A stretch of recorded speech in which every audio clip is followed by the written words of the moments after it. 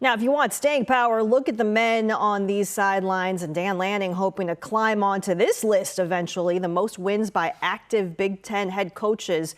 After 3 seasons away from the league, Pat Fitzgerald is back as he takes over the Michigan State program. Fitz, as you can see there, winning 110 games over his tenure at Northwestern, but now is looking to start fresh, leading the Spartans.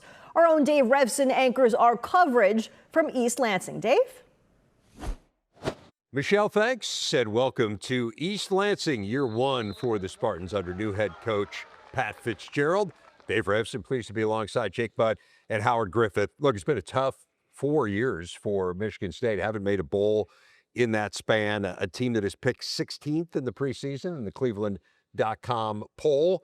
What did you guys think of what we saw from Pat Fitzgerald's first team? Well, I think we should first start off with Pat Fitzgerald and what he's bringing to the table. He feels like and looks like a guy that is re-energized, and really you can see it. It permeates throughout the entire practice, through the building, the energy that he brings and the expectations that he brings each and every day to the program.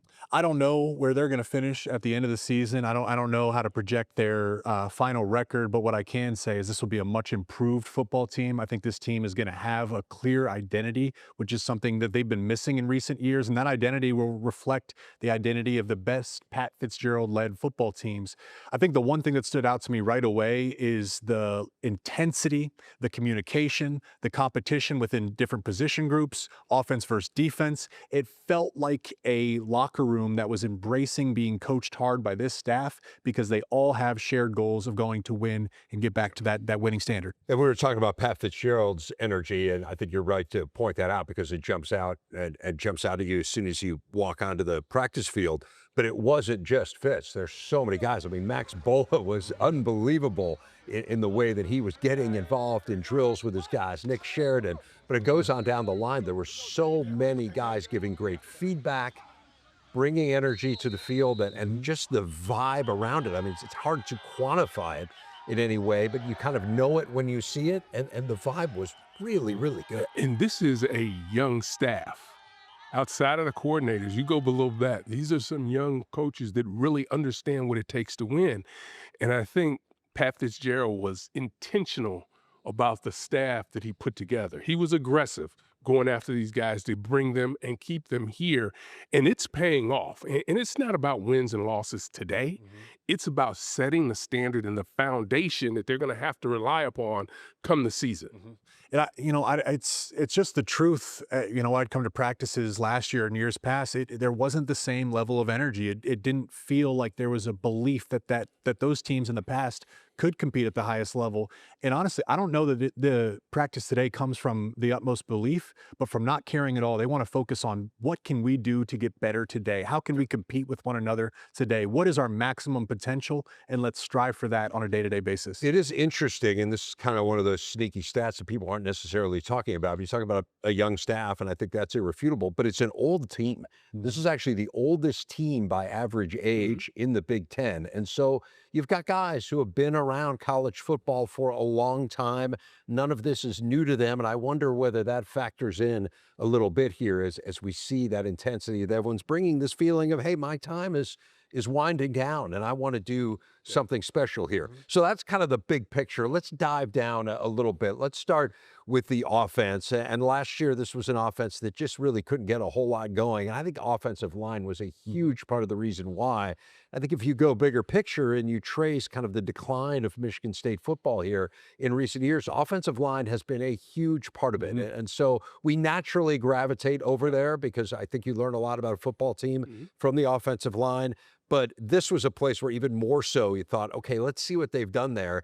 It impressed me. I'm interested in what you guys thought. Right away from their walkthrough, it impressed me. I mean, you can close your eyes and hear good football. And in their offensive line walkthrough, there was an overemphasis on communication, on technique, on straining. And we're talking about 5 minutes after the initial whistle blew. A few years ago, for their spring game, there was 8 bodies available. They couldn't even play a full spring game. Now Fitz says they got 11, 12, maybe 13 guys that could compete for a starting role, and that depth showed up in team periods as they were able to break off some nice runs with what I believe to be a talented backfield. It's also going to help their quarterback, Alicio. He was under pressure a ton last year. He was getting a ton last year. I'm excited to see what he does when he has protection in the pocket. Solidifying the guys up front.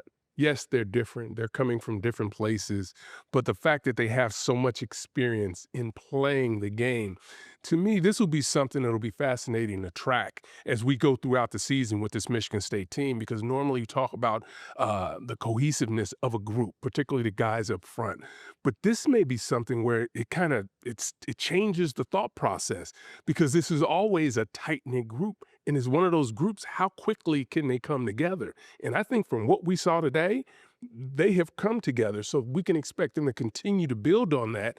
And if they can solidify what they need to do up front at the tight end position and run the football the way I believe that they can, they've got a chance. But it all starts up front with the big guys. They have some pretty good backs. Cam Edwards had a huge year last year. UConn, we know Jazzy and Patterson from his time in the Big Ten. But again, you go 3-4 deep. They have guys who have carried the football at a pretty high level. So it feels like they are well positioned to excel in the run game. What about the passing game? I want to get your guys' take on Milivojevic and the wide receivers that they've assembled here as well. I would just, to answer that question, I would say this is going to be a rushing first offense, and that's okay. They're going to be led by running the football, and rightfully so, because the strengths will be the run blocking and the running backs. Now, off of that, I would say that should help a wide receiver room that I feel is a little bit unproven at this point. I think they like their guys, but in terms of having a true alpha wide receiver one, that here's the guy we're going to throw to on 3rd and 10 with the game on the line. I don't know if they have that question answered, but I will say, watching the quarterback Alicio throw, he's capable of making any throw on the field. It's going to be on those playmakers on the outside to try to prove themselves. Yeah, I actually like the quarterback room. It's actually a lot of competition that's in there. I know Alicio is the guy right now, but they have some competition in that room. And Jake, I think as they continue to move forward into some scrimmage type situations, the wide receiver position has to evolve. They're going to have to evolve, but absolutely running the football is going to be at a premium here. But you want to be able to have play action, be able to do some things off that, and really throw some of those crossing routes and maybe be able to hit the big one down the field. You mentioned that quarterback room. Cam Fancher started a lot of football games in his career. He's the backup and had some moments where he really flashed as well. Just got a little bit of time left, but I do want to get your take on the defense. Joe Rossi is back as the defensive coordinator. They brought in Max Bola as co-DC, who again brought a ton of energy and brings great experience from his time at Notre Dame and as a player here. What did you guys make of the defense strengths and weaknesses? For me, I think the strength of this defense really is at the second level, at the linebacker. Anytime you have a guy like Hall there that's been in this system, understands, played a lot of football, is going to give you an opportunity to really continue to build that leadership. He's outstanding at that position. The secondary, I think, also has some veterans back there, has a lot of young guys that are going to be competing for special teams and being a part of special teams as well. They'll have to be get involved and actually get up to speed as quickly as possible. I completely agree. I think Jordan Hall's a guy that is, arguably one of the more underrated linebackers in all of college football, and he's going to be that veteran presence, that leader in the heart of the defense, and I think they're going to need that because of some of the new faces they bring in from the portal. I'd say the starting 11, they feel pretty good about. The depth, that's going to be the key over these next few weeks at camp. Are they concerned particularly up front? And then, Howard, you mentioned special teams, LeVar Woods coming over, especially good hands there from Iowa, and they really emphasize special teams in the practice that we saw here today. So a lot to get excited about for Spartan fans as they aim for that season opener, their traditional Friday night at home here against Toledo. Michelle?